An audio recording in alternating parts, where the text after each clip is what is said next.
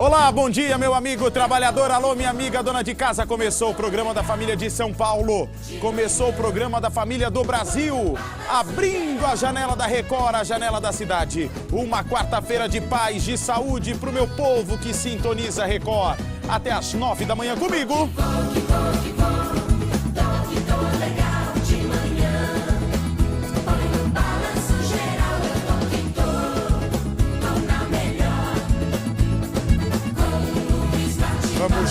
Vamos girando todos os nossos repórteres, vamos girando o noticiário do povo.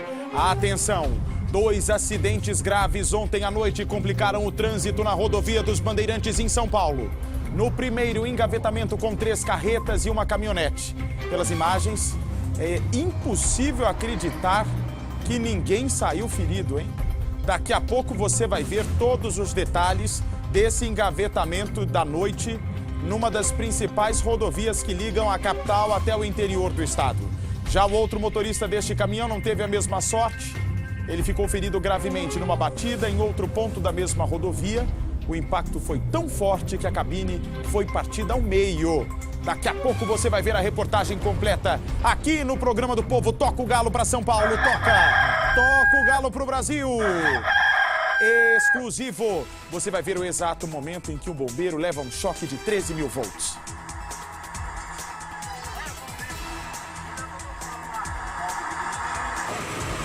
As imagens exclusivas da Record mostram a violência do choque. Ele estava numa casa, não é? Uma pessoa estava numa casa que acionou o corpo de bombeiros. Ele acabou acionando o corpo de bombeiros.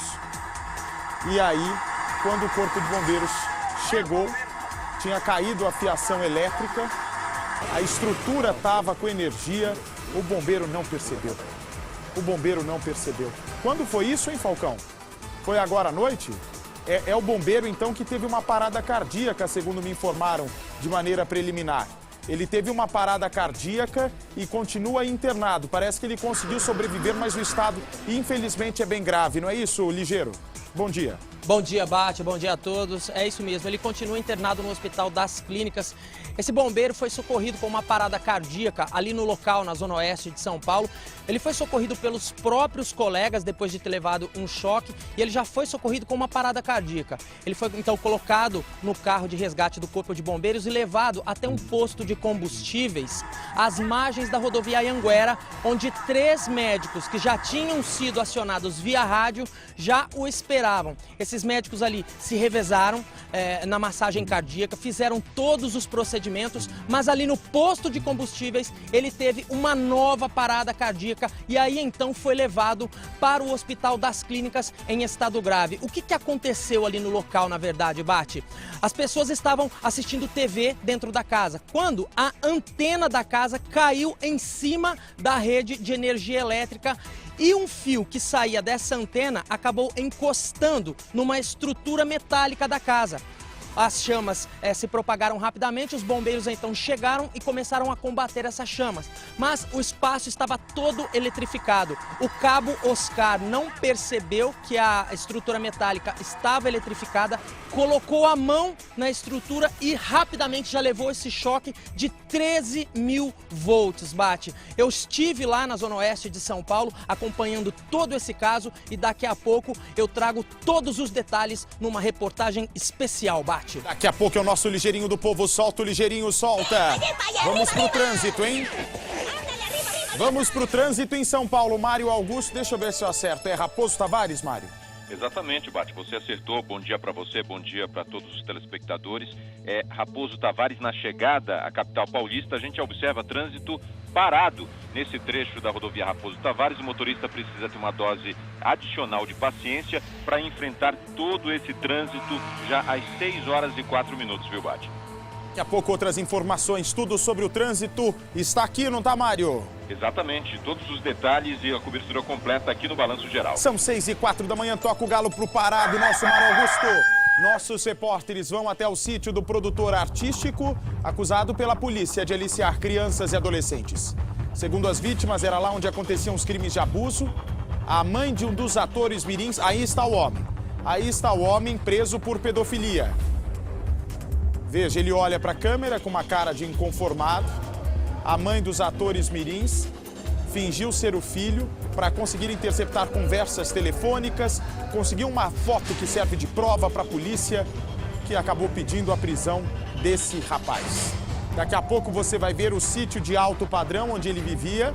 Ele é separado, pai de 2 filhos, e segundo a denúncia, as crianças de 12 anos eram levadas até lá como pretexto de fazer aula de canto e de dança. Tinham a promessa de papel em novela. Só que, segundo a polícia, tudo não passava de aliciamento. As crianças seriam supostamente abusadas nesse sítio. Daqui a pouco, uma reportagem exclusiva traz os detalhes dessa história. Atenção para o noticiário. Polícia prende suspeito de integrar uma facção criminosa. Um carro atinge moto num cruzamento. E mais de 2.000 maços de cigarros contrabandeados são apreendidos. Quando o relógio marca 6h06 da manhã, é hora de girar os repórteres da Record por São Paulo. 2.600 maços de cigarros contrabandeados foram apreendidos pela polícia em Bauru. Parte dos produtos estava em um mercado, onde também foram encontrados um caderno de anotações e R$500 em dinheiro. E o restante estava na casa da irmã da proprietária do estabelecimento. As 2 mulheres foram presas e vão responder pelo crime de descaminho. De Bauru, Fernanda Camargo. Câmeras de segurança registraram um acidente na zona leste de Franca. Nas imagens é possível perceber o momento em que o carro tenta cruzar a avenida e acaba atingindo a moto. Com o impacto da batida, a motorista e a moça que estava na garupa foram arremessadas em uma defensa metálica. As 2 foram socorridas pelo SAMU com ferimentos leves. De Franca, Rafael Algatti. Um dos integrantes do crime organizado foi preso pela Polícia Civil em Ribeirão Preto. Os policiais encontraram na casa do suspeito munição e balança para pesar a droga. A cadela alfa da penitenciária de Ribeirão Preto, especialista em farejar armas e drogas, participou da operação. O que mais chamou a atenção dos policiais da Delegacia de Investigações sobre Entorpecentes foi uma rifa encontrada na casa. Ela é usada para arrecadar dinheiro para os amigos da facção criminosa. De Ribeirão Preto, Ludmila Osório. Olha, hoje, quarta-feira, tem muita gente se preparando para sair de casa. Como é que será que está o trânsito aqui em São Paulo? Aliás, a Salsi Lima, cadê a Salsi? Eu tenho informações que ela está num ponto onde aconteceu um acidente na Castelo Branco, não é isso, Salsi? Bom dia. Isso mesmo, Bate. Bom dia para você, bom dia a todos. Nós estamos aqui na rodovia Castelo Branco, sentido São Paulo, onde aconteceu um acidente por volta das 4 horas da manhã, envolvendo 3 caminhões. Esse acidente aí teve 2 vítimas, uma em estado grave, viu, Bate? E a outra teve ferimentos leves, aqui na altura do quilômetro 20. A pista expressa ainda está interditada, mas as outras 2 pistas estão normalizadas. Daqui a pouco eu volto com mais informações sobre o trânsito na manhã desta quarta-feira, Bate. Tá certo, obrigado, Salsi, pelas informações. Um alerta para os pais. Os casos de cachumba em São Paulo mais que triplicaram em um ano. Algumas escolas já estão fazendo campanha de vacinação para crianças. Você vai descobrir comigo os sintomas e como é o tratamento da doença. Aliás, olha, alguns amigos meus tiveram cachumba mesmo. A pessoa fica completamente deformada com essa doença, hein? Daqui a pouquinho eu vou trazer todos os detalhes aqui no nosso Programa do Povo. São 6h08 da manhã, que bom que você está aqui na Record. A Record que se preocupa com São Paulo, a Record que se preocupa com a sua saúde. Mais de 6.000 garrafas com bebidas falsificadas foram apreendidas num galpão na zona oeste de São Paulo. Um homem foi preso, outros 3 foram levados para a delegacia. Mário Augusto é o repórter. Como é que funcionava esse esquema de falsificação? Botava o quê? Álcool etílico dentro da bebida? Olha só, Bate, nesse galpão aí foram encontrados e apreendidos selos e rótulos de produtos originais, mas a bebida que era colocada nas garrafas era falsificada. Foram encontradas mais de 500 caixas, cada uma com 12 garrafas de uísque, vodka e tequila. Já a reportagem completa sobre essa apreensão de bebidas falsificadas e o que eles colocavam dentro dessas garrafas, viu, Bate, para enganar os consumidores. Esse é o nosso Mário Augusto com todas as informações de São Paulo. A greve de funcionários de limpeza prejudica o atendimento no Hospital Municipal do Campo Limpo, na zona sul de São Paulo. Sacos pretos de lixo foram flagrados num centro cirúrgico. Veja comigo, São Paulo. A equipe responsável pelo serviço está do lado de fora do hospital desde sexta-feira. São aproximadamente 180 funcionários de uma empresa terceirizada que estão parados por atraso nos salários. Nesses 4 dias de paralisação, todo o serviço de higiene que é prestado na parte interna do hospital foi mantido com as condições mínimas, com aproximadamente 30% da equipe de limpeza. As fotos mostram diversos ambientes dentro do Hospital Campo Limpo, na zona sul de São Paulo. Há material espalhado, cesto de lixo abarrotado e até sacos pretos amontoados em um centro cirúrgico. Daqui a pouco tem a reportagem completa, são 6h10 da manhã. Motorista provoca confusão e vários acidentes. Veja aí o que ele tenta fazer numa curva para entrar numa rua, mas sobe na calçada aí. Vou te contar, hein? Bicho é ruim de braço também. Outro carro desgovernado. Avança em direção ao muro, em seguida provoca outro acidente, olha aí. Repara. Olha aí, o senhorzinho vai tentando orientar o motorista. As pessoas falam, não, espera. Provavelmente estão falando, espera. Teve uma briga ali, né? Parece que teve uma briga ali. Que coisa, hein? Vamos entender já já o que é que houve aí nesse caso dos motoristas que causaram vários acidentes. Ah, é o mesmo, é? É o mesmo que causou os dois? Que coisa, hein? Esse é ruim de roda. Será que estava bêbado? Já já a gente vai descobrir. Você tem até o começo da noite de hoje para fazer a sua aposta da Mega Sena acumulada. Quanto é que tá? Tá acumulado em quanto, hein? 50 milhões de reais hoje? Tainá Falcão, se você não aparecer amanhã, eu já sei o que aconteceu, hein? Bom dia. Oi, Bate, bom dia pra você, bom dia a todos. Eu vou daqui a pouco fazer a minha aposta, mas ó, tem tempo ainda, é até às 7 horas da noite. Quem ainda não fez e quer virar um milionário, quer tentar pelo menos, corre para uma lotérica até esse horário. O apostador pode fazer jogos de 6 a 15 dezenas, cada um custa R$ 3,50. E claro, ele pode apostar várias vezes, pagar um pouquinho mais, mas aumentar as chances de levar essa bolada. Bate, daqui a pouco eu volto com mais informações desse prêmio. Valeu, 2 tentativas de assalto acabaram com as vítimas baleadas na perna. Os jovens estavam a caminho do trabalho quando foram feridos. Você vai ver já já comigo essa reportagem, porque a noite foi de acidentes aqui em São Paulo. Nós tivemos 2 acidentes extremamente brutais na rodovia dos Bandeirantes que provocaram destruição e gente ferida. A polícia acredita que a imprudência dos motoristas contribuiu para os acidentes. Reportagem inédita da noite, põe no ar. Equipes de resgate ainda se movimentam aqui na rodovia dos Bandeirantes, enquanto 2 das faixas permanecem interditadas. Toda essa mobilização foi por conta de um engavetamento que envolveu 3 carretas e uma caminhonete. Do outro lado da pista, a gente consegue ver com Alexandre Borba que há ainda o pó de serragem que foi jogado no asfalto por conta do vazamento do diesel. Além das 3 carretas, essa caminhonete também estava seguindo em direção a São Paulo. Todos foram envolvidos no engavetamento. Apesar disso, não houve feridos. Neste momento, permanece aqui no local apenas esta carreta. A carga não foi informada ainda pela concessionária, mas a gente percebe que o caminhão perdeu o controle. Olha aqui no chão, Borba, mostra pra gente.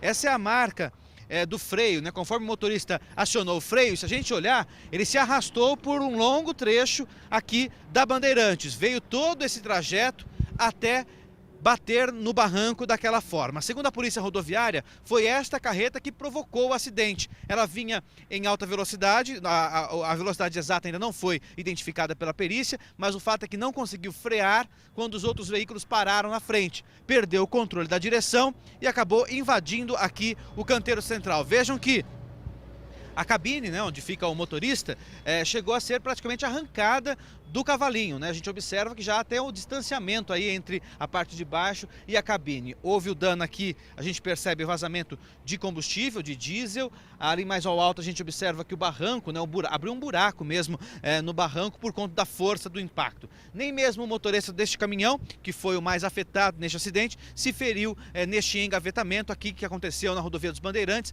bem no município de Franco da Rocha. Enquanto a carreta permanecia no local do acidente, o sinal luminoso da rodovia dos Bandeirantes alertava os motoristas para outra colisão, só que desta vez no sentido interior. Aqui também caminhões envolvidos. Um deles teve danos apenas na parte de trás, o outro ficou completamente destruído. Neste caso, o impacto da colisão foi tão forte que chegou a partir a cabine, onde fica o motorista, ao meio. Se a gente olha ali, O banco do motorista ficou naquele canto, do lado esquerdo do veículo, onde habitualmente fica realmente o motorista. Mas o volante desapareceu e o restante da cabine, veja que foi arrastado para a parte de trás do caminhão, sobre o baú. E a gente vê até aqui, olha, essa aqui é a porta do lado do passageiro. Está a pelo menos 3 metros distante do eixo principal da cabine. As causas do acidente ainda vão ser investigadas, mas a Polícia Rodoviária suspeita de imprudência. A princípio, os 2 veículos vinham no mesmo sentido e possivelmente por imprudência, né, ou talvez sono, o motorista do veículo traseiro aí de trás colidiu na traseira da frente. O motorista do caminhão de trás, que teve a cabine destruída, foi levado para o hospital em estado gravíssimo. O motorista foi projetado para fora do veículo, caiu no asfalto. E aí, quando vocês chegaram aqui, qual era o estado dele? O senhor tem informação? Estado grave e inconsciente. Foi socorrido e encaminhado para o pronto-socorro de Jundiaí. Com a batida, o baú do caminhão também ficou danificado.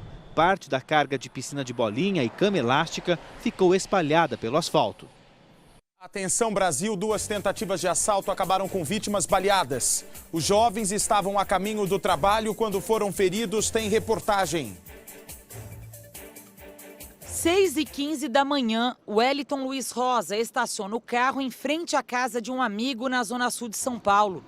O assaltante está nesta moto da frente. Logo atrás vem o policial militar da Rota, uma divisão especial da Polícia Paulista. O homem anuncia o assalto. O que se vê nas imagens é que o PM atira antes mesmo de estacionar a moto. As pessoas na calçada se assustam e correm. Rafael, amigo da vítima, estava na porta da casa. Aí ele parou o carro, depois já veio o assaltante já rendendo ele, puxando as coisas. Eu entrei em casa logo para ligar para a polícia. Quando eu ouvi polícia, os tiros. Segundo a PM, o assaltante tentou disparar, mas a arma travou. O suspeito morreu no local e a vítima foi ferida na perna. Wellington Luiz Rosa foi socorrido pelo próprio policial que o atingiu e está fora de perigo. Antes de chegar até aqui, o criminoso cometeu pelo menos outros 8 assaltos. Ele fez uma espécie de arrastão numa rua bem próxima aqui do bairro, roubou pedestres e também motoristas. A perícia encontrou na mochila do suspeito relógios, carteiras, dinheiro e pelo menos 10 celulares. A todo momento chegavam vítimas dos assaltos em busca dos objetos roubados. Os rastreadores dos aparelhos apontavam que os telefones estavam no local.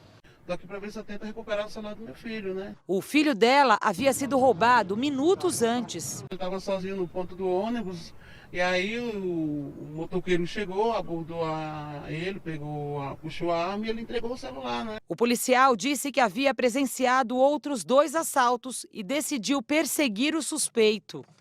Foi a perseguição, aqui bem na esquina, né? Aí só ouvi os tiros e eu me joguei no chão. No mesmo horário, em Santo André, na Grande São Paulo, o roubo de um celular também deixou um homem ferido.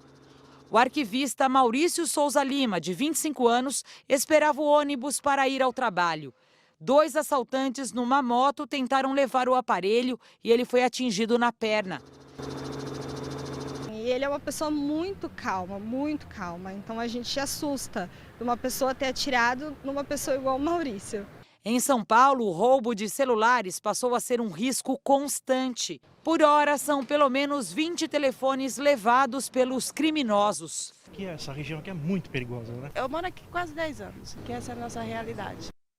A Polícia Militar informou que a atitude do PM, que estava em horário de folga, vai ser investigada e afirmou que ele se viu obrigado a tomar aí as medidas. Atenção, meu povo, para o flagrante. População obriga 2 homens suspeitos de assalto a ficarem sem roupa e correr com as mãos amarradas nas ruas. Aí, ao som da metralhadora. Vão brigar por lá de uma ponte também, é? Não, não é possível.